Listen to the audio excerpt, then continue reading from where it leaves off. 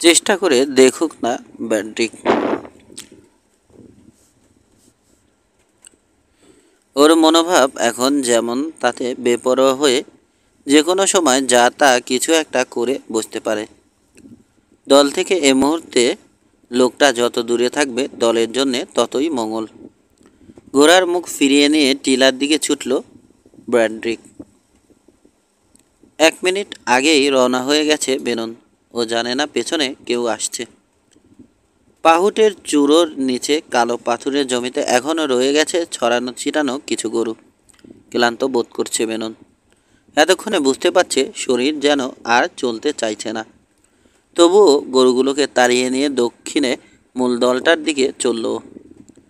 পূব আকাশে কিছুক্ষণ আগে দেখা দিয়েছে সূর্য উত্তাপ ছড়াতে শুরু করেছে। মাংসপেশি জমে আড়ষ্ট হয়ে গেছে বলে মনে হলো বেননের। কপালের উপর হ্যাট টেনে দিল। স্যাডলে বসে ঝিমোতে শুরু করলো। অ্যাপালোসাটাও ক্লান্ত। ধীর পায়ে এগিয়ে চলেছে। প্রতি পদক্ষেপে উঠছে ধুলোরে এক একটা ছোট কুণ্ডলি। জড়ো করা গরুগুলো এখনও শান্ত ভঙ্গিতে ওদের আগে আগে চলেছে। আন্দাজ 30টা হবে। সোজা হয়ে বসে চোখ পিটপিট করে তাকালো বেনন। টিলার রাজ্য আর বিরান মরুভূমিতে ঘুরে এলো ওর নজর। আবার আচ্ছন্ন বোধ করতে শুরু করেছে ও। সকালে সূর্যের উত্তাপ আরামদায়ক ঠেকছে। ইচ্ছে করছে ঘুমিয়ে পড়তে। চোখ বুজে এগিয়ে চলল। অনেক পেছনে সোলজার মিডো ধরে এগিয়ে আসছে হেনরি ব্র্যাড্রিক। ইন্ডিয়ানদের মতোই ঘোড়ায় চড়তে জানে সে। স্যাডলের সামনের দিকে বসে প্রতিটা চাউ থাকে সচেতন। মুখের ভেতরটা এখন শুকনো লাগছে তার। পেটের ভেতরে পাক খাচ্ছে কি যেন একটা। রকবেনন সামনের যে কোনো জায়গায় থাকতে পারে, যে কোনোখানে। ব্যাপার কি? ভয় পাচ্ছে নাকি ও? বাচ্চা ছেলেদের মতো ভীত হয়ে পড়েছে? রকবেননের মধ্যে কি এমন আছে যে তাকে সাধারণ মানুষ থেকে আলাদা ভাবতে হবে? প্রচুর মানুষ মেরেছে সে। আগে অস্ত্র হাতে বহু সশস্ত্র মানুষের মোকাবেলা করেছে। এখন তাহলে খামোখা মনের ভেতর দুশ্চিন্তা আসছে কেন? ধরা যাক ভয় পেয়েছে গ্রাট। ধরা যাক সব কয়জন ভয় পেয়েছে। কিন্তু এমন হওয়ার সম্ভাবনাই বেশি যে মানুষের মুখে যতটা নাম সরিয়েছে আসলে তেমন শক্ত আর যোগ্য লোক নয় রকবেনন। গুজব কিভাবে ছড়ায় ভালো করেই জানা আছে তার। সে নিজের যতজনকে খুন করেছে লোকে বলে তার দ্বিগুণ। তবে সেজন্যে কখনো সত্যিকার সংখ্যা বলে না সে। এখন বা পরবর্তীতে নিজের সম্বন্ধে গড়ে ওঠা ধারণা পাল্টে দেওয়ার কোনো ইচ্ছে তার নেই। গানম্যান হিসেবে নিজের নাম ফুটাতে পছন্দ করে সে। রকবেননকে যদি খতম করতে পারে তাহলে। দীর্ঘ সংকল্পে চোখ দুটো চকচক করে উঠল ব্র্যাড্রিকের। আশপাশের সমস্ত গানম্যানদের মাঝে তাকে বিশেষ সম্মান করবে লোকে। ঝুঁকি নেওয়ার দরকার কি? একবার দেখতে পেলেই হলো, সুযোগ না দিলেই চলে। পরে গিয়ে রকবেননের হাতে তার সিক্সগানটা ধরিয়ে দিলেই চলবে। দরকার হলে ওটা থেকে একটা গুলিও ছোড়া যেতে পারে।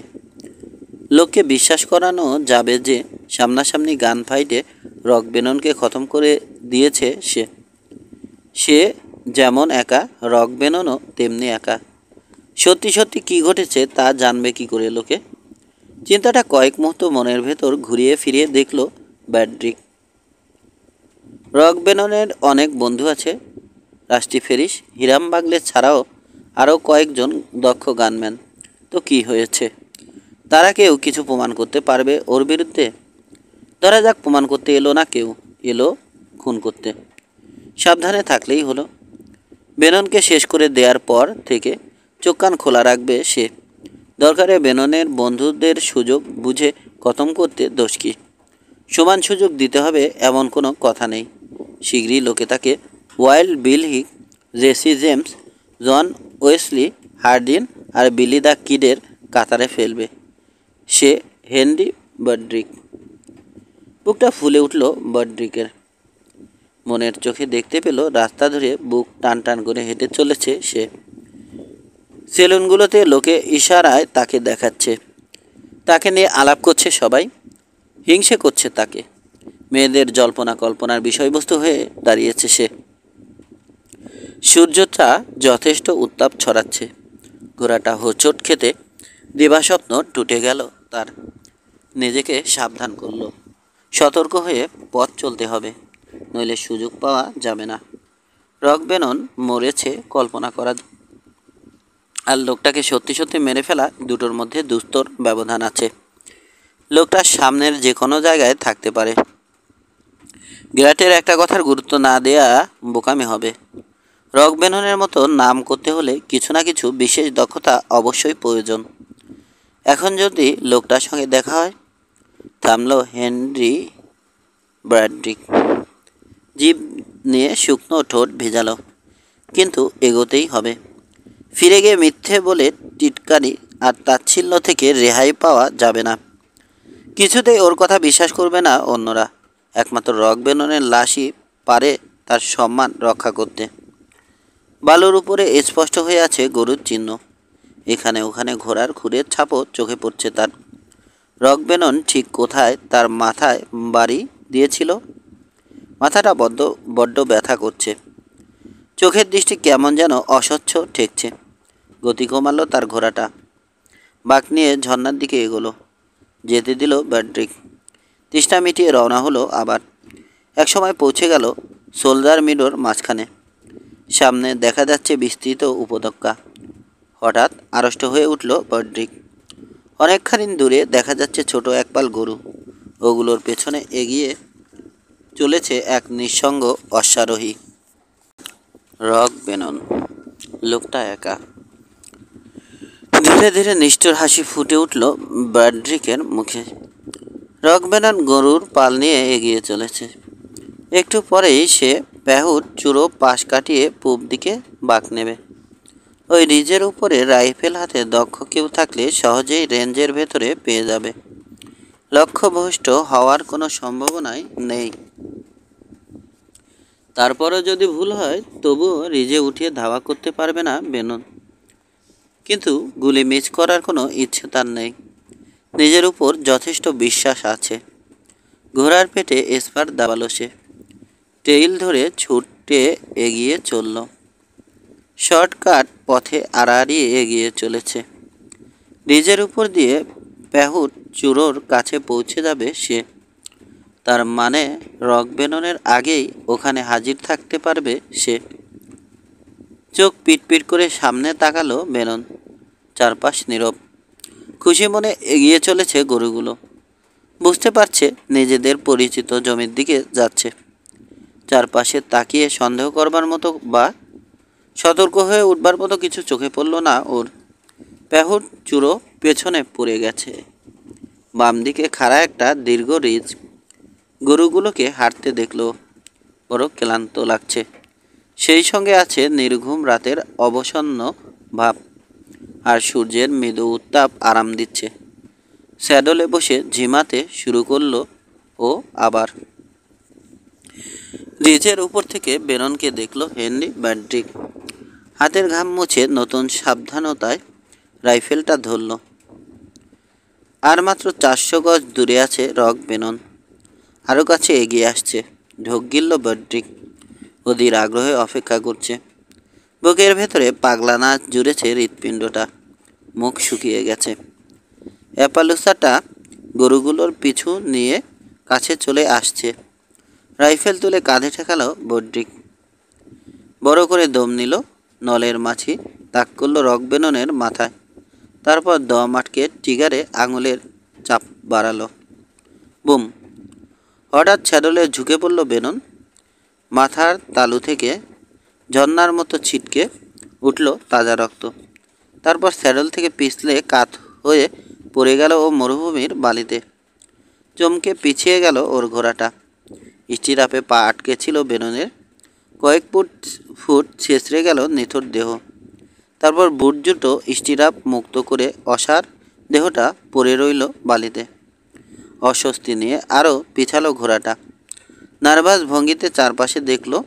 তারপর এগিয়ে নাক দিয়ে গুঁতো মারল বেননের দেহে। তাজা রক্তের গন্ধে পিছিয়ে গেল আবার। নাক ঝাড়ছে। গরুর পাল থামেনি, এগিয়ে চলেছে নিজেদের গন্তব্যে। ওগুলোকে একবার দেখে নিয়ে দাঁড়িয়েই রইল অ্যাপালুসা। রাশ পড়ে আছে মাটিতে, কাজেই নিজের কর্তব্য কি সেটা ওর অজানা নয়। সূর্যটা বেননের কালো শার্টে গরম রোদ ঝরাচ্ছে। ঝকঝকে আকাশের অনেক উপরে ঘুরছে একটা শকুন। উঠে দাঁড়ালো হেনরি বৈড্রিক। ঝড়ো বাতাসে পড়া গাছের পাতার মতো কাঁপছে সে। পেরেছি, ফিসফিস করে নিজেকে বলল, আমি রক বেননকে খুন করেছি। 16 শুধুমাত্র লরা ব্রুসকে বিয়ে করতে পারা বা 4 স্কোয়ারের মালিকানা পাওয়াই লেনি আর্থারের বারবার এ রাঞ্চে আগমনের একমাত্র উদ্দেশ্য নয়। এদিকে এলে গরু চুরির ঘটনার সঙ্গে তার দূরত্ব বাড়বে। তাতে তাকে সন্দেহ করা আরও মুশকিল হবে। এটাই আসল উদ্দেশ্য। এবারের রেইডটাই শেষ এবং সর্ববৃহৎ ছিল। নিজের লোকদের তো সে কাজে লাগিয়েছেই,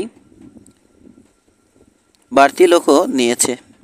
তারা এমন সব লোক যারা সামান্য পয়সার জন্যে যে কোনো খারাপ কাজ করতে পারে। ভবঘুরে ভাদাইম্মা লোক সব জানে রাসলিংয়ে জড়ালে বিপদের সম্ভাবনা আছে, ফলে চলে যাবে এরা এই এলাকা ছেড়ে। পকেটে থাকবে মদ খাওয়ার মতো পয়সা, তাতেই এরা সন্তুষ্ট। মাঝে মধ্যেই এ ধরনের লোক দরকার হয়ে পড়ে। খোশ মেজাজে রাসলিংয়ের নতুন খবরটা শুনেছে লেনি আর্থার। বানি রেমন্ডের একা কিছুই করার ছিল না। আগেই আর্থার জানতো একা লড়া কিছুতেই রেমন্ডকে রাত বিরেতে যেতে দেবে না।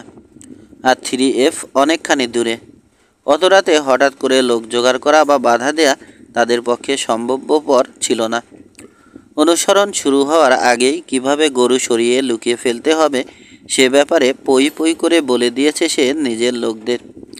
সমস্যা হবার কোনো কারণই নেই। পরদিন সকালে চমৎকার ফুরফুরে মেজাজ নিয়ে ঘুম থেকে উঠল সে। ব্রেকফাস্টের জন্য তৈরি হতে হতে পরবর্তী পরিকল্পনা গুছিয়ে নিতে শুরু করলো মনে মনে। 4 স্কোয়ারে যাবে সে। অভিযোগ করবে যে গরু হারাচ্ছে। শুনবে কিভাবে রাসলাররা গরু সরিয়ে নিয়ে গেছে। তারপর প্রস্তাব করবে নিজের লোকদের নিয়ে চোরাই গরুর পেছনে যাওয়ার। অনেক চেষ্টা করেও কাজে ব্যর্থ হবে সে। সেজন্য রাগে দুঃখে বিষণ্ণ হয়ে পড়বে। এতে করে লড়ার চোখে নিজেকে একজন সত্যিকার ভদ্রলোক বলে প্রমাণ করা যাবে। পরে বিয়ের পরে আবার সে খালি রেঞ্জে গরু আনাবে, নতুন করে নিজের করে রানচিং শুরু করবে আবার। প্রথম পাল এতক্ষণে সারপ্রাইজ উপত্যকায় পৌঁছে গেছে। যদি বিরাট কোনো ভুল বা গণ্ডগোল না হয়ে থাকে তাহলে বলতে হয় এতক্ষণে রক বেনন এবং তার বন্ধুরা মারা পড়েছে। দ্বিতীয় পালও এগিয়ে গেছে অনেক দূর। মরুভূমির নরম বালিতে হারিয়ে গেছে ওগুলোর সমস্ত সাপ, অথবা হারিয়েছে পাশের পাথুরে জমিনে। এখন যাই ঘটুক না কেন তাকে আর ওসবের সঙ্গে জড়ানোর কোনো উপায় নেই। লেনি আর্থার যখন 4 স্কোয়ারের দিকে রওনা হলো ততক্ষণে আলোয় ঝলমল করছে টেইল। প্রধান সড়ক ধরে এগোচ্ছে আর্থার। এমন সময়ে এক একাকী অশ্বারোহীকে দেখে বিস্মিত হলো। অপূর্ব একটা কালো ঘোড়া নিয়ে পথ চলছে লোকটা। খোঁচা খোঁচা দাড়ি ভরা মুখটা দেখলে মনে হয় এর অভিজ্ঞতার কোনো অভাব নেই। এমন কোনো পরিস্থিতি নেই যে পরিস্থিতি ও মোকাবেলা করেনি। পাশে চলে এসে গতি কমালো আর্থার। চোখে প্রশংসা নিয়ে ঘোড়াটাকে দেখল। চোখ ফেরাতে ইচ্ছে করে না, এমনই সুন্দর ঘোড়াটা। কিছুটা হয়তো রুগ্ন, কিন্তু যার চোখ আছে সেই বুঝবে এটাকে দৌড়ে হারাতে হলে পক্ষীরাজ লাগবে। কার ঘোড়া এটা? জিজ্ঞেস না করে পারল না আর্থার। মালিককে? এটা কেন? রক বেননের ঘোড়া, নাম স্পিডি। আমি কিনবো বলে বসলো আর্থার। যত দাম লাগে লাগুক। পাগল নাকি? দুনিয়ায় এত টাকা এখনও নেই যে বেনন এটা বিক্রি করবে। ঠিক আছে, অনিচ্ছা সত্ত্বেও মেনে নিল আর্থার। পর মুহূর্তে বলল, তবে রক বেননের যদি কিছু হয়ে যায় তাহলে এটা আমার কাছে বিক্রির জন্য নিয়ে এসো। আশা করে বসে থেকো না, বলল দাড়িওয়ালা। রক বেনন নিজের কিছু হতে পারে তেমন ঝুঁকি নেয়ার লোকই নয়। সত্যি বলতে কি, এতদিনে ওর দিকে যত গুলি ছোড়া হয়েছে তত শীষে যদি একটা জাহাজে তোলা হয় তাহলে জাহাজটা সেফ ডুবে যাবে। অস্বস্তি বোধ করে হাসল আর্থার। লোকটার আত্মবিশ্বাস মনের ভেতরে কেমন যেন একটা অনুভূতির জন্ম দিচ্ছে। কি হবে যদি সত্যি স্লিম হাওয়ার্ড রক বেননকে শেষ করতে ব্যর্থ হয়? লোকটা যদি ফিরে আসে? টেইল যত ভালোভাবেই গোপন করা হোক না কেন, কখনোই তা সত্যিকারের দক্ষ ট্র্যাকারের কাছে চিরকাল গোপন করা যায় না। কোথা থেকে গরু গেছে আর কোথায় গেছে, কে নিয়ে থাকতে পারে, নানা প্রশ্নের জবাব পেতে হলে খুব বেশি বুদ্ধিমান হতে হবে না। লেনি আর্থার এসব ভালো করেই জানে। টেক্সাস যখন ছাড়ল তখন প্রায় তার লেজ ছুঁয়ে ফেলেছিল এক রেঞ্জার। ঠিক সময় মতো সরে পড়তে পারে সে, কিন্তু ভাগ্য সবসময় সহায়তা করবে এমন কোনো নিশ্চয়তা নেই। মন থেকে সন্দেহ দূর করে এগিয়ে চলল সে। 4 স্কয়ারের রাঞ্চ বিল্ডিং চোখে পড়ার আগে পর্যন্ত গতি কমালো না। কাউকে না দেখে বিভ্রান্ত হয়ে উঠেছিল সে। এমন সময়ে বেরিয়ে এলো লরা ব্রুস, পরনে রাইডিংয়ের উপযুক্ত পোশাক। বার্ন থেকে মেয়েটার ঘোড়া বের করে আনলো বানি রেমন্ড। ভুরু কুচকে গেল আর্থারের। শহরে যাচ্ছে নাকি মেয়েটা, নাকি আশেপাশে ঘুরতে বেরোচ্ছে? তেমন কিছু মনে আসেনি তার আগে। এখন কেন বাইরে যাচ্ছে? যাক না, ভালোই তো হয়। দুজন যদি পাশাপাশি বেড়াতে বের হয়, মন্দ কি?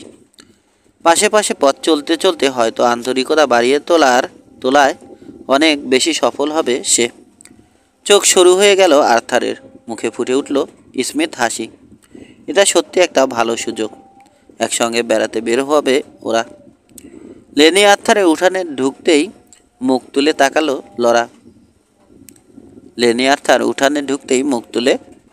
লরা। ওর মুখটা শুকনো, ফ্যাকাশে আর চিন্তিত দেখাচ্ছে। গতকাল আমাদের এখানে রেইড হয়েছে মিস্টার আর্থার। জানি না কত গরু চুরি গেছে। বানি বলছিল রেঞ্জ খালি করে নিয়ে গেছে চোরেরা। খালি করে নিয়ে গেছে? ঠিক যতটা বিস্ময় ফোটানো দরকার তাই ফোটালো আর্থার। এ কি করে সম্ভব? পরিস্থিতি নিশ্চয় এতটা খারাপ হতে পারে না। আমি বলতে এসেছিলাম যে গতকাল আমিও গরু হারিয়েছি, তবে বড় জোর 50টা হবে। তীক্ষ্ণ চোখের কড়া দৃষ্টিতে রানচারকে দেখল বানি রেমন্ড। অনেক বেশি হারিয়েছি আমরা। রাঞ্চের কাজে আমাকে দরকার না থাকলে খুঁজতে বের হব। মাথা গরম হয়ে গেছে বলে তোমাকে দোষ দিতে পারছি না, সান্ত্বনা সুরে বলল আর্থার। আমার মনের অবস্থাও ভালো নয়। লরার দিকে ফিরে তাকালো। যাচ্ছ কোথাও? রেঞ্জে? হ্যাঁ। বানি যাক তা চাই না। ও যেতেই থাকবে। চোরদের দেখা না পেলে থামবে না। হয়তো খুনি হয়ে যাবে শেষে। ও ছাড়া রাঞ্চে বন্ধু বলতে কেউ নেই আমাদের আর। আহত চেহারা হলো আর্থারের। মিস লরা, এ তোমার হৃদয়হীনতা। সবসময় নিজেকে আমি তোমাদের একজন ভালো বন্ধু মনে করে এসেছি। দুনিয়ায় এমন কিছু নেই যা তোমার জন্যে করতে পারি না আমি। দুঃখ প্রকাশ করলো লরা। আমি ভেবে বলিনি। সত্যি দুঃখিত মিস্টার আর্থার। বিরক্তির চোটে ঘুরে দাঁড়িয়ে চলে গেল বানি রেমন্ড। চোখ সরু করে ব্যাংক হাউসের জানালা দিয়ে দেখল পাশাপাশি ঘোড়া ছুটিয়ে যাচ্ছে লরা আর লেনি আর্থার। হয়তো আমি বোকা, মনে মনে বলল সে, কিন্তু লেনি আর্থার যদি সৎ মানুষ হয়ে থাকে তাহলে স্বয়ং শয়তানও লোক হিসেবে ভালো হতে বাধ্য। বেশ কয়েক মাইল পশ্চিমে দুই বন্দি আউটলকে নিয়ে পথ চলছে জিম হ্যানন। রাঁধুনি এখনও বোম খেপে আছে। পথের মধ্যে পেয়েছে হ্যানন ঠ্যাং ভাঙা কর্ডোজাকে। ঘোড়ায় চড়া কষ্টকর হলেও সে যথেষ্ট শান্ত। মারাই পড়তো যদি না তাকে খুঁজে পেত হ্যানন। সেজন্য কৃতজ্ঞ বোধ করছে সে। তাকে স্যাডলে বেঁধে কোনো রকমে নিয়ে যাওয়ার ব্যবস্থা করেছে লোকটা। নিজে সে একসময় সৎ একজন কাউবয় ছিল। মনে পড়ল কর্ডোজার। মনটা এখন বলছে তখনই ভালো ছিল সে। মাস শেষে বেতন, তা যত সামান্যই হোক, ছিল নিজের পরিশ্রমের সম্মানী। ভালোই চলে যেত তাতে। অন্তত জীবনের ঝুঁকি ছিল না, অসম্মান আর হীনমান্যতা ছিল না। পেছনে পেছনে চলেছে জিম হ্যানন। স্যাডলের উপর আড়াআড়ি ফেলে রেখেছে রাইফেলটা। কডডোজার আঘাতের জন্য যথেষ্ট আস্তে ঘোড়া চালাচ্ছে সে। তবে স্পষ্ট বুঝতে পারছে যদি এদের নিয়ে সে বিপক্ষের হাতে ধরা পড়ে তাহলে কপালে কী আছে। দয়ের জন্য বিখ্যাত নয় হাওয়ার্ডরা, প্রত্যেকে তারা নিজ ঠান্ডা মাথার খুনি। গতরাতে দূরে গোলাগুলির আওয়াজ শুনতে পেয়েছে সে, সেজন্য চিন্তিত বোধ করছে। রক বেনন যেদিকে গেছে সেদিক থেকেই আসছিল আওয়াজগুলো। পরে আড়াআড়িভাবে বেননের ট্রাক পার হয়েছে সে, কিন্তু অনুসরণ করেনি। টাস্কোটালের দিকে অর্থাৎ দক্ষিণে চলেছে সে। বন্দীদের নিয়ে ঘুরপথে যেতে মনটা সায় দেয়নি। 3 ঘন্টা পরে একটা ঢাল পেরিয়ে থামল হ্যানন। সামনে ধীরে সুস্থে পশ্চিমে এগিয়ে চলেছে বিরাট এক পাল গরু। ব্যাপার কি? চোখ বড় বড় করে গরুর পাল দেখল হ্যানন। ধাঁধার জবাব খুঁজে পেল না। একজন রাইডারও নেই গরুর পালের সঙ্গে। গরুগুলো তাদের নেতাকে অনুসরণ করে মরুভূমির প্রান্ত দিয়ে ফিরে চলেছে রেঞ্জের দিকে। কি মনে হয় কডডোজা? বিস্মিত গলায় জিজ্ঞেস করলো হ্যানন। থুথু ফেলল কডডোজা। মনে হচ্ছে রাস্তাটা গোলমাল করে ফেলেছে হয়তো বিরাট কোনো ঝামেলায় পড়ে গিয়েছিল। যেমন? জবাব দিল না কডডোজা। বিরাট গরুর পালের দিকে নিষ্পলক তাকিয়ে থাকলো রাঁধুনি আউটল। আবার এগোলো ওরা। সহজেই ধীরে চলা গরুগুলোকে পাশ কাটালো 3 জন। স্কোয়ার 4, 3F আর 4 স্কোয়ারে গরুর ব্যান্ড চিনতে কারোরই ভুল হলো না। স্পষ্ট বোঝা যাচ্ছে বিরাট একপাল গরু জড়ো করে তাড়িয়ে নিয়ে গিয়েছিল রাস্তারা। পরে কোনো কারণে তাদের পরিকল্পনা ব্যর্থ হয়। গরুগুলোর উপর নিয়ন্ত্রণ হারায় তারা। গত রাতের গোলাগুলির কথা মনে পড়তেই হ্যানন ঠোঁটে ঠোঁট পিষল। রকবেনন বোধ হয় এই গরুর পালের দেখা পেয়েছিল। লড়াই হয় তারপর। কিন্তু রকবেনন তাহলে কোথায়? চিন্তা করছে কডডোজা। বড় ডাইভের গরু এগুলো, কিন্তু ডাইভটা সফল হয়নি। কিছু একটা ঘটেছে। কয়েকজন বা কেউ রেঞ্জের দিকে ফিরিয়ে দিয়েছে গরুর পালটাকে।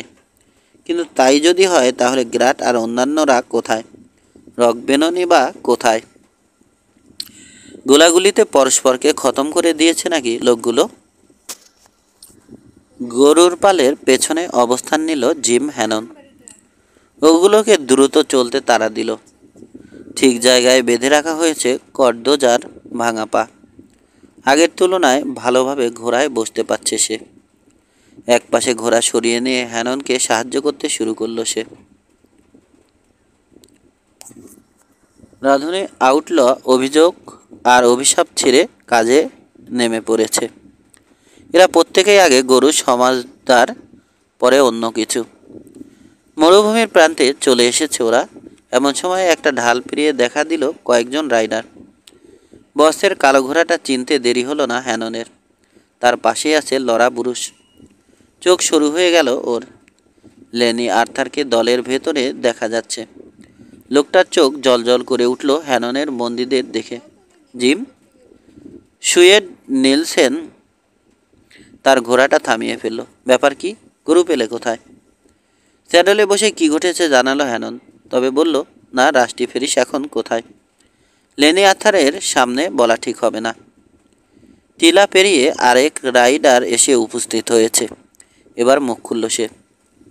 রকবেননের ঘোড়া নিয়ে নতুন লোকটা হাজির হতে সেটাকে রান্স ছেড়ে বেরিয়ে পড়ার অজুহাত হিসেবে ব্যবহার করেছে বানি রেমন্ড।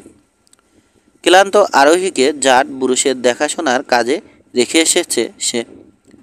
তুমি বলেছিলে তোমার গরুও চুরি গেছে। দলের মধ্যে তো একটাও তোমার গরু দেখছি না। হঠাৎ অস্বস্তিকর নীরবতা নামল। একটা ঘোড়া পা ঠুকল, কিন্তু গরুগুলোও যেন কিছু বুঝে চুপ হয়ে গেছে। লেনি আর্থারের বুকের ভেতর শীতল একটা স্রোত বয়ে গেল। উপস্থিত লোকগুলোর মুখের উপর ঘুরে এলো তার দৃষ্টি। কি বলতে চাও? গলার উপর নিয়ন্ত্রণ এনে কড়া স্বরে জিজ্ঞেস করলো সে। কিছু না, শান্ত গলা রেমন্ডের, কিন্তু ডান হাত চলে গেছে অস্ত্রের বাটে। কিন্তু গরু যদি হারিয়েই থাকো তাহলে এটা আশ্চর্য যে এতগুলো গরুর ভেতরে তোমার একটাও নেই। আছে হয়তো। এটাই গরুর পুরো পাল, তা নাও হতে পারে। গত রাতে ঠিকই গরু চুরি গেছে আমার। সুয়েড নিলসন দেখল রেমন্ডের চোখ আর্থারের উপর। প্রথমবারের মতো সন্দেহের দোলায় দুলে উঠল 3F মালিকের মন। সত্যি তোমার গরু না থাকলে সেটা আশ্চর্যের ব্যাপারই লেনি। তোমার রেঞ্জের কোনা ঘুরে গেছে গরুগুলো। ভেতরে আরও কোনো কথা থাকলে স্পষ্ট বলে ফেলো। কড়া চোখে রানসারকে দেখল লেনি আর্থার। না, কিছু বলার নেই, শান্ত স্বরে বলল নিলসেন। তবে কৌতূহল বোধ করছি আমিও, সায় দিল রেমন্ড। লেনি আর্থারের চেহারা কঠোর হয়ে যেতে দেখছে সে। উত্তেজনা দানা বাঁধছে, কিন্তু এসব রেমন্ড তোয়াক্কা করল না। সাংঘাতিক কৌতূহল বোধ করছি আমি।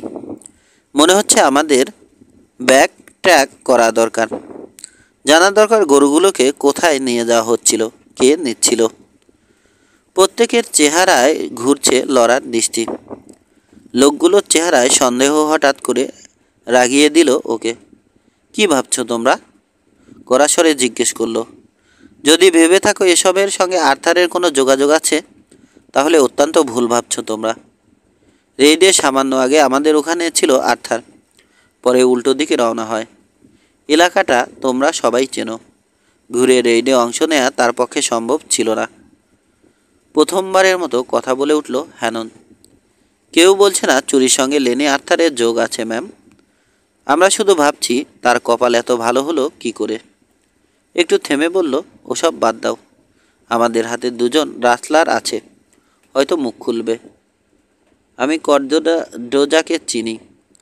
3F-এর এক কাউহ্যান্ড জানালো, ও সিলিম হাওয়ার্ডের লোক। চুপ করে থাকলো কর্দোজা। রাঁধুনির স্যাডলে নড়ে চড়ে বসে রানসার আর কাউহ্যান্ডের দিকে তাকালো। ফ্যাকাশে হয়ে গেছে চেহারা। আমাকে আইনের হাতে তুলে দাও, আবেদনের সুরে বলল সে। আমি শেরিফের সঙ্গে কথা বলতে চাই।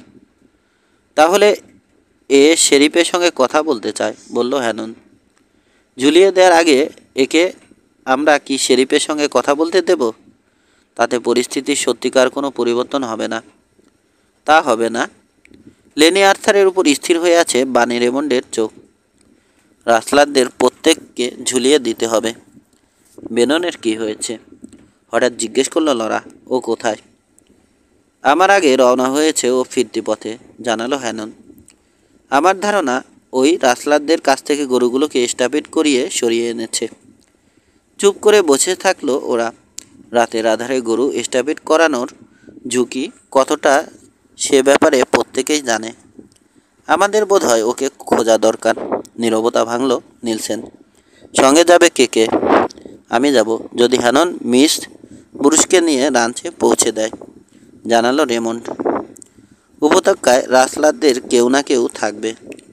লেনি আর্থার নিশ্চয় যেতে চাইবে। রাগে লাল হয়ে গেল আর্থারের চেহারা।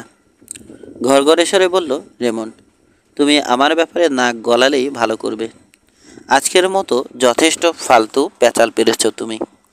যদি ঝামেলা চাও তো চেষ্টা করে দেখতে পারো। তোমার কাছে অস্ত্র আছে? অস্ত্র আছে, হাসলো রেমন্ড, শীতল হাসি। আমার আপত্তি নেই আর্থার। দুজনের মাঝখানে নিজের ঘোড়াটা নিয়ে এলো নিলসেন। বাদ দাও তো, কি বাচ্চাদের মতো শুরু করেছ দুজন। রেমন্ড, ইচ্ছে করলে তুমি আসতে পারো আমাদের সঙ্গে। লেনে যাক ওর রাঞ্চে ফিরে। খামোখা খুনোখুনির কোনো অর্থ নেই। হ্যাননের দিকে ফিরে তাকালো সে। জিম, তুমি মিস ব্রুসকে নিয়ে ওদের রাঞ্চে দাও, ওখানেই থেকো। 17। শেষ পর্যন্ত আলোচনা সাপেক্ষে ঠিক হলো 5 জন যাবে বেননকে খুঁজতে। অন্যান্যরা গরু নিয়ে ফিরতে পথ ধরল। হঠাৎ একা হয়ে গেল লেনি আর্থার। ঘোড়ার মুখ ফিরিয়ে নিল সে। চেহারাটা রাগে কালো হয়ে আছে। নিজের রাঞ্চের দিকে রওনা হয়ে গেল। বুকের ভেতরে বাজছে সতর্ক সংকেত। বিপদের কাছাকাছি চলে আসছে সে ক্রমেই। কেন তাকে সন্দেহ করা হলো আজকে? জাহান্নামে যাক বানি রেমন্ড। চোখ সরু হয়ে গেল আর্থারের। সময় সুযোগ আসুক, লোকটাকে খুন করবে সে। কিন্তু এখন নয়, এখন নয়। ঘটেছে কি আসলে? বোঝা যাচ্ছে বড় গরুর পাল চুরি করাটা ব্যর্থ হয়ে গেছে। ছড়িয়ে পড়েছে গরুগুলো। তার লোকেরা সরে গেছে। রাঞ্চে ফিরে করালে সবার ঘোড়াগুলো দেখতে পেল সে। ফিরেছে তাহলে, এবার ব্যর্থতার কারণটা জানা যাবে। বারান্দায় বসে আছে সবাই। চামড়া মোড়ানো চেয়ারে আয়েশ করে বসে আছে গ্রাট। খোঁচা খোঁচা দাড়ি ভরা গম্ভীর চেহারায় এখনও লেগে আছে টেইলের ধুলো। বড্রিক, বিট, কালেন আর বোল্টো থম মেরে আছে। বড্রিকের উপর স্থির হলো আর্থারের দৃষ্টি। লোকটা বারান্দার মাঝখানে দুপা ফাঁক করে দাঁড়িয়ে আছে। হ্যাঁ, ওর হাত চালু, বলছে সে। সত্যি চালু হাত, কিন্তু আমি ওকে হারিয়ে দিয়েছি, খতম করে দিয়েছি।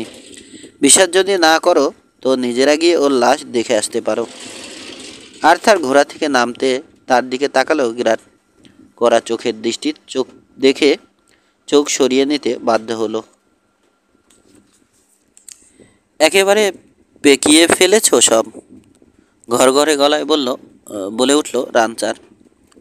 কি ঘটেছিল? এতগুলো গরু হারালে কি করে? বস নরম গলায় শুরু করলো গ্যাট। হয়েছে কি? রক বেনন। মাঝখান থেকে কথা বলে উঠল বড্রিক। বিখ্যাত রক বেননকে সে খুন করেছে, এটা এখনও তার নিজেরই বিশ্বাস হচ্ছে না। নিজের চোখে হঠাৎ মস্ত বড় একটা কিছু হয়ে গেছে সে। এখন গ্র্যাটের কারণে তার অবস্থান প্রচ্ছন্ন থাকবে, তা কি করে হয়? কাউকে তোয়াক্কা না করলেও চলবে। তাছাড়া সবাই যেভাবে ঘুরিয়ে ফিরিয়ে কথা পারতে চাইছে। রক বেনন, বস। রক বেনন এসে হাজির হয়, আমাদের দলে মিশে গরুগুলোকে স্টাপিড করায়। যে কারো ভাগ্যে এমনটা হতে পারে। গ্র্যাটের কোনো দোষ দেয়া যায় না, কারোরই দোষ নেই। কিন্তু চিন্তা করো না, এমনটা আর হবে না কখনো। অন্তত রক বেননের সাধ্য নেই আর কিছু করে। রক বেনন কেন আর ঝামেলা করবে না সেটা বস জিজ্ঞেস করুক, তাই চাইল বড্রিক। বুক ফুলে দাঁড়িয়ে আছে সে, চোখ চকচক করছে। খেয়াল করল না লেনি আর্থার। চোরাই গরু হারানোর চিন্তায় ব্যস্ত হয়ে আছে সে। এসব দায়িত্বে অবহেলা, মন্তব্য করল আর্থার। আর বড্রিক, যদি কিছু জানার থাকে তাহলে আমি নিজেই তোমাকে জিজ্ঞেস করব। মুহূর্তের জন্যে হতবাক হয়ে গেল বড্রিক। তারপরই ফুঁসে উঠল, আমার সঙ্গে এভাবে কথা বলছো? আমার সঙ্গে? বড্রিকের সঙ্গে? এক পা পিছালো সে। নিজেকে হার্ডিন আর বিলি দা কিডের সমকক্ষ ভাবছে। অনেক বেশি বসগিরি দেখিয়েছ এতদিন আর্থার। এখন থেকে ভদ্রলোকের মতো আচরণ করবে আমার সঙ্গে, নইলে কি? এতক্ষণে রাগ প্রকাশের উপযুক্ত লোক পেয়েছে লেনি আর্থার। নইলে কি? 2 পয়সা দামের কাঙাল কোথাকার। হেনরি বড্রিক চালাক লোক নয়। রাঞ্চে ফেরার পুরোটা সময় সে চিন্তা করেছে যে রক বেননকে সে খুন করেছে। মনের চোখে নিজেকে সে দেখেছে সুদক্ষ একজন গানম্যান হিসেবে। প্রথমে মনে করেছে যেভাবে গল্পটা বলবে তাই বিশ্বাস করবে লোকে। পরে মনে হয়েছে রক বেনন তাকে দেখেছে, তারপরে নিজের সুযোগ হারিয়েছে। মনের ভেতরে বড্রিক জানে আসলে কি ঘটেছে, কিন্তু বারবার করে নিজেকে বুঝিয়েছে যেদিন থেকে সে অস্ত্র ঝোলায় সেদিন থেকেই সে একজন চালুহাত। নিশ্চিত হওয়ার উপায় কি যে আসলেই সে রক বেননের যে চালু না? অথবা ধরা যাক হার্ডিনের কথা, কখনো তো সে গান ফাইটে হারেনি। এখন লেনি আর্থার দাঁড়িয়ে আছে সামনে। হঠাৎ বড্রিক অনুভব করলো সত্যিটা সবাইকে বুঝিয়ে দেয়া দরকার।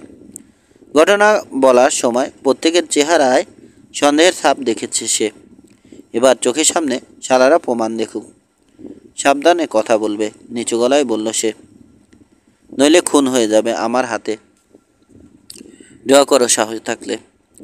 ঝিলিক মারল লেনি আর্থারের ডান হাত। মাত্র একটা সংক্ষিপ্ত মুহূর্ত। ওই এক মুহূর্তে সত্য কি তা জানতে পারল বড্রিক।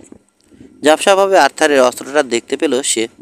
দেখল কিভাবে ওটার নল তার দিকে তাক হলো। নলের গোড়ায় একটা কমলা ফুল ফুটতে দেখল সে। ধাক্কা অনুভব করে পিছিয়ে গেল, আস্তে করে বসে পড়ল। তারপর চোখ বুঝল, জানলও না কখন সে মারা গেছে। গ্রাট পড়ে থাকা বড্রিকের উপর থেকে চোখ সরিয়ে আর্থারের দিকে তাকালো। চমকে গেছে, বিস্ময় বাদ মানছে না। কোনো দিনও সে ভাবেনি বস এত দ্রুত করতে পারে। আর বড্রিক? আবার লাশটার দিকে তাকালো সে। লোকটা হোল স্টার থেকে অস্ত্র বের করতেও পারেনি। এক পা পিছালো লেনি আর্থার। চোখ দুটো সাপের চোখের মতো চকচক করছে। উপস্থিতদের উপরে ঘুরে এলো তার দৃষ্টি। শান্ত গলায় জিজ্ঞেস করলো, ওর মাথায় কি পোকা ঢুকেছিল নাকি? মাতাল ছিল? মাথা নাড়ল গ্রাট। আমাদের বলছিল রক বেননকে ও খুন করেছে। লাশটা এক পলক পলক দেখলো আর্থার। কোথায়, কি করে? লাশ দেখেছো তোমরা? না, কেউ কিছু দেখেনি। বেননের পিছু নেয় বড্রিক। বেননের হাতে মাথায় বাড়ি খেয়ে মেজাজ খাট্ট ছিল ওর। খুন করতে পিছু নেয়, তারপর আমার এখানে এসে হাজির হলো। বলতে শুরু করলো রক বেননকে খুন করেছে ও। বোধহয় মিথ্যে বলছিল, মন্তব্য করলো আর্থার। না, বলে উঠল কোলেন, বোধহয় সত্যিই পেরেছে, নইলে নিজেকে এত বিরাট কিছু ভাবতে পারতো না। হঠাৎ মাথা বিগড়ে যায়নি ওর। রক বেনন সত্যিই মরেছে। মনে হয় যেভাবে বলছিল সেভাবে ড্রতে হারায়নি বেননকে, কিন্তু যেভাবেই হোক খুন ঠিকই করেছে। রক বেনন মৃত। রাষ্ট্রী ফেরিস তাহলে কোথায় এখন? প্রশ্ন করে আর্থার জানল তার লোকেরা কেউ রাষ্ট্রী ফেরিসকে দেখেনি, জানে না সে কোথায়। হ্যাননের মুখ থেকেও কিছু জানা যায়নি। সিলিম হাওয়ার্ডদের লোকজনের সঙ্গে রাষ্ট্রী ফেরিস লড়েছে একথা ছাড়া। বেননের বন্ধুও যদি মারা যেত তাহলে হ্যানন নিশ্চয় জানত, কিন্তু তা সে করেনি। তার মানে রাষ্ট্রী ফেরিস এখনও জীবিত, কিন্তু বেননের সঙ্গে নেই সে। তাহলে কোথায় আছে? জবাবটা কি হতে পারে বুঝতে পারছে লেনি আর্থার। চিন্তাটা তার পছন্দ হলো না। প্রথম চুরি করা গরু অনুসরণ করছে তাহলে লোকটা, তার মানে লোকটা সম্ভবত দেখছে ক্যালিফোর্নিয়ার রাঞ্চের কাউবয়রা চোরাই গরু বুঝে নিচ্ছে। এর একটাই অর্থ, তার নিজের লোকরাও যা জানে না তা জেনে ফেলছে রাষ্ট্রী। আর্থারের আরেকটা রাঞ্চ আছে সীমান্তের ওপারে। অধৈর্য পায়ে আলাপে ব্যস্ত হয়ে ওঠা লোকগুলোর কাছ থেকে সরে এলো আর্থার। হেনরি বড্রিকের দেহ সরানোর আওয়াজ পেল। একটু পরেই শক্ত জমিনে কোদালের আওয়াজ উঠল। কবর খোঁড়া হচ্ছে লাশটার জন্য। মাত্র কয়েক ঘন্টা আগেও সব কিছু ঠিকমতোই চলছিল, আর এখন সব যেন ধসে পড়ছে। রক বেনন যদি সত্যি মারা গিয়ে থাকে তাহলে রাষ্ট্রী ফেরিসকে যত দ্রুত খতম করা যায় ততই মঙ্গল। সিলিম হাওয়ার্ডদের উপরে এক্ষেত্রে নির্ভর করা যায়। সাবধানে পরিস্থিতি বিচার করে দেখল লেনি আর্থার। বড় ডাইভটা মাঠে মারা গেছে। রাঞ্চাররা সতর্ক হয়ে উঠেছে। অন্য পাল অনুসরণ করছে রাষ্ট্রী ফেরিস। হ্যানন কথা না বলার একটাই কারণ থাকতে পারে, তাকে সন্দেহ করছে লোকটা। বানি রেমন্ড প্রায় মুখের উপরেই তাকে সন্দেহ করে বলে দিয়েছে। তার কথা মনোযোগ দিয়ে শুনেছে সুয়েট নিলসেন। পরিস্থিতি এখন যেমন তাতে আপাতত শিং জোড়া খুলে রেখে কিছুদিন শান্ত জীবন যাপন করাটাই বোধহয় বুদ্ধিমানের কাজ হবে।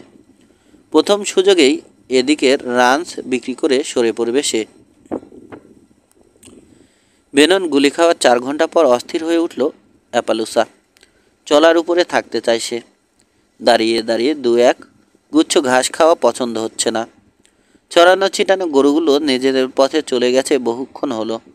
অ্যাপালুসাও রওনা হতে চাইছে। পড়ে যাওয়া লোকটা একেবারেই অনড়।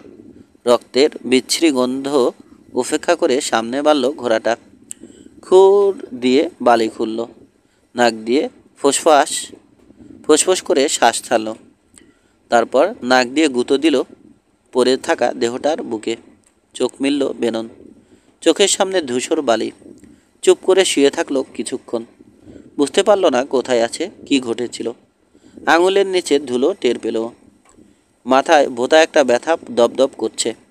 আস্তে আস্তে দিনের উত্তাপ হারিয়ে শীতল হচ্ছে সন্ধে। এবার ঘোড়াটার আওয়াজ পেল। ঠিক আছে বাছা, বিড়বিড় করে বলল, 1 মিনিট সময় দে। কান খাড়া হয়ে গেল ঘোড়াটার। আরও সামনে বাড়ল। স্বস্তি পাচ্ছে সে, আর একা নেই বুঝে। আস্তে আস্তে স্মৃতি ফিরছে বেননের। একদল গরু নিয়ে 4 স্কোয়ারের দিকে চলেছিল ও। রাসলারদের কাছ থেকে উদ্ধার করা চোরাই গরু ছিল ওগুলো। তারপর মাথায় কিসের যেন আঘাত লাগে। আঙুল বোলালো ও খুলিতে। কপালে লেগে আছে রক্ত। এবার বুঝতে পারল কি ঘটেছে।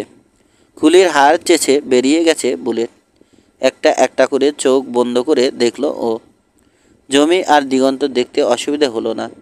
হয়তো মারাত্মকভাবে আহত হয়নি ও। অ্যাম্বুসার কি দেখছে এখনও? অপেক্ষায় আছে? চিন্তা করল বেনন। মগজ কাজ করতে শুরু করেছে পূর্ণ উদ্যমে। বেশিরভাগ সম্ভাবনা লোকটা চলে গেছে। গুলি করার পর পার হয়ে গেছে বেশ কয়েক ঘন্টা। এখন সন্ধে নামছে। খুব সাবধানে উঠে বসলো বেনন। পারল। এবার আস্তে ধীরে উঠে দাঁড়ালো। ঘুরে উঠল মাথা। মাথা ঘোরা থামলে চারপাশে তাকালো। কিছুক্ষণ পরে স্টিরাপে পা দিয়ে উঠে বসলো অ্যাপালুসার পিঠে। রওনা হয়ে গেল দক্ষিণে। যেতে যেতে চিন্তাগুলো গুছিয়ে আসতে শুরু করলো। সে যে ওকে গুলি করেছে তার ধারণা হয়েছে খুন করতে পেরেছে সে। পড়ে গেছে ও, নড়াচড়া করেনি। কাছে যদি এসে থাকে আত্মতায়ী, তাহলেও পরীক্ষা করে দেখে নেও সত্যি মরেছে কিনা। পরীক্ষা করলে মেরে রেখে যেত। তার মানে সে এখন মনে করছে মারা গেছেও। মাইলখানেক দূরে একটা ছোট ঝর্ণা আছে মনে পড়ল ওর। সেদিকে এগিয়ে চলল। ওখানে পৌঁছে নামলো ঘোড়ার পিঠ থেকে। স্যাডল খুলে বেঁধে ফেললো ঘোড়াটাকে। খুব ছোট করে আগুন জ্বালল। তারপর পানি গরম করে ক্ষতটা পরিষ্কার করলো সাবধানে। কাজটা সেরে কফি তৈরি করলো। খাবার রেঁধে নিল সামান্য। রাত 10টা বেজে গেল ওর কম্বল পেতে শুয়ে পড়তে পড়তে। ভোরের ধূসর আলোয় ঘুম ভাঙল ওর। আগের চেয়ে অনেক বেশি তরতাজা মনে হলো নিজেকে। মাথার ব্যথাটা অবশ্য রয়ে গেছে। উঠে বসতেই দপদপ করতে শুরু করলো। নাস্তা তৈরি করলো বেনন। চারপাশে তীক্ষ্ণ নজর। ক্যাম্প গোটানোর আগে এক অশ্বারোহীকে দেখতে পেল দূরে। দূর থেকে তাকে চিনতে ভুল হলো না। রাষ্ট্রি ফেরিস। কাছে চলে এলো রাষ্ট্রি। বেননের মাথার ক্ষতটা দেখে হাসি হাসি হয়ে গেল চেহারা। ওই মোটা মাথার কারণে আবারও বেঁচে গেছো দেখছি।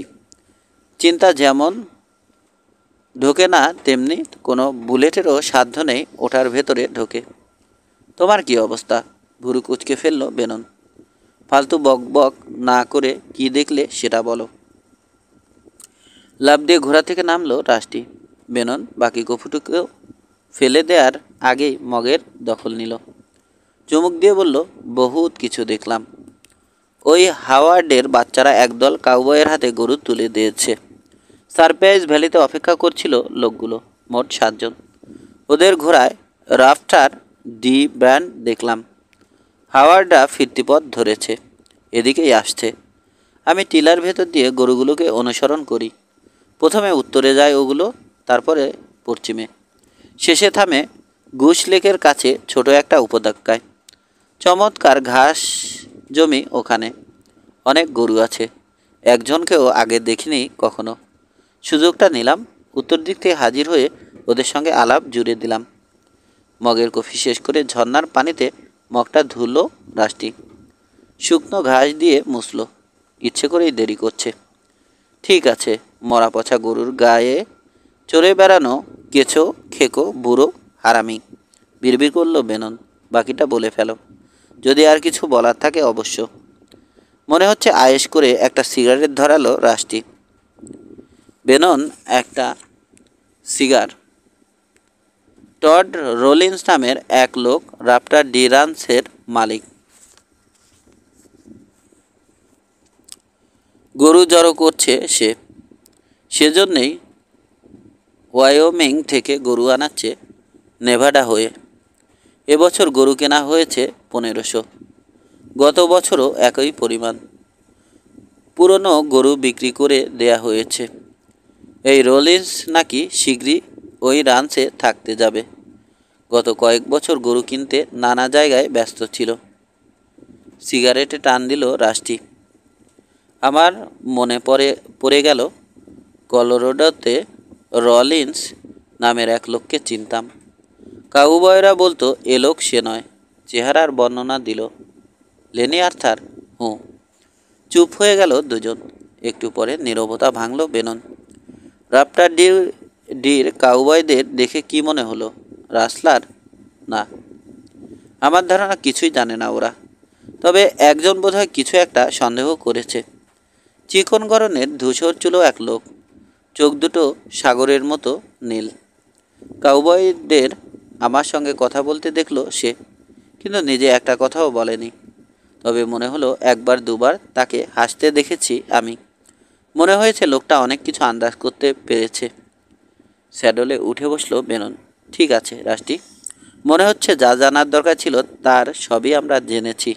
এবার প্রমাণ দরকার হবে। মনে হয় এখন ভালো হয় টাসকোটালে গিয়ে টেলিগ্রাফ স্টেশনটা ব্যবহার করলে। ওখানে কেন? শেরিফ তো আছে গুল লেকের কাছে, তাকে জানাতে হবে। গরুগুলোকে প্রমাণ হিসেবে ব্যবহার করা যাবে। চলো। গোলাগুলি ছাড়া আর সবই শেষ হয়ে গেছে বলে মনে হচ্ছে। বেননের পাশে এগোতে এগোতে বিড়বিড় করলো রাষ্টি। আশা করি গোলাগুলি ছাড়াই এই ঝামেলাটা শেষ হবে, বলল বেনন। নাক দিয়ে ঘোত করে আওয়াজ ছাড়ল রাষ্টি। আশা করো, আমি করি না। অস্ত্রে তেল দিয়ে রাখবো আমি। এ অবস্থায় যদি গোলাগুলি ছাড়া রেহাই পাওয়া যায় তাহলে বলতে হবে ভাগ্যটা সত্যিই খুব ভালো আমাদের।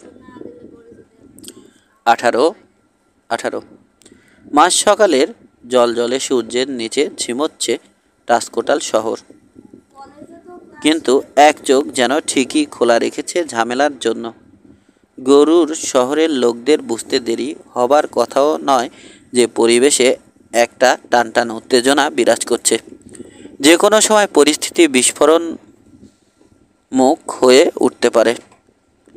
টাসকোটালে কোনো থিয়েটার বা কার্নিভাল নেই। সাপ্তাহিক নাচের আসর বা মাঝে মধ্যে রান্সের অনুষ্ঠান ছাড়া শহরে আনন্দদানের কোনো কিছুই নেই। তবে কখনো কখনো গোলাগুলির মাধ্যমে এ নিয়মের ব্যতিক্রম ঘটে। পরিবেশটা অন্যরকম বুঝে শহরে এসে হাজির হয়েছে সুদূর শর্ট হাউস পয়েন্ট আর বটল হিলের ছেলেরাও। কাছাকাছি রাজগুলোর কাউবয়রা শহরে আসার অজুহাত খুঁজে বের করে চলে এসেছে। রক বেনন মারা গেছে, খবরটা ছড়িয়ে পড়েছে। হেনরি বড্ডিক তাকে খুন করেছে। কিভাবে তার বিস্তারিত বর্ণনা এক একজনের মুখে এক এক রকম হয়ে গেছে। শহরে এ খবরও পৌঁছেছে যে পরে বড্ডিকও খুন হয়েছে তার বস লেনি আর্থারের সঙ্গে গানফাইটে। বয়স্ক লোকেরা জল্পনা কল্পনা করছে বেননের বন্ধু আর রেঞ্জাররা এসে হাজির হবে কিনা তা নিয়ে। রাষ্টি ফেরিজ বেঁচে আছে সেটাও তাদের আলোচনার অন্যতম বিষয়বস্তু। অপেক্ষা করছে গোটা শহর। আলাপ চলছে নিচু গলায়। সামান্য অস্বাভাবিকতার জন্য অধীর হয়ে আছে সবাই। এছাড়া অন্যান্য গুজবও রসদ যোগাচ্ছে গনগনে আগুনে। শহরে পশ্চিমে একটা গানফাইট হয়েছে, মারা গেছে বেশ কয়েকজন। কর্ডোজার পা ভেঙে গেছে। সিলিম হাওয়ার্ডের দলের কয়েকজন আহত হয়েছে। বিরাট এক পাল গরু পাওয়া গেছে, কেউ ছিল না সঙ্গে। গরুর পালে একটাও বক্স 4 ব্যান্ডের গরু ছিল না। দুপুরের সামান্য আগে দ্রুত গতিতে ঘোড়া ছুটিয়ে শহরে ঢুকলো 2 অশ্বারোহী। রেল রোড স্টেশন লাগোয়া টেলিগ্রাফ অফিসের সামনে থামলো তারা। ইসরায়েলে ঘোড়া বেঁধে প্রবেশ করলো ভেতরে। যারাই তাদের দেখলো বিস্ময়ে চোখ বড় বড় হয়ে গেল তাদের। রক বেনন আর রাষ্টি ফেরিস। এক্সপ্রেস অফিসের সামনে একটা খুঁটিতে হেলান দিয়ে দাঁড়িয়েছিল লোবো লারসেন। আড়ষ্ট হয়ে গেল সে। মনে মনে গুছিয়ে নিল নতুন এই তথ্য কিভাবে লেনি আর্থারকে বলবে।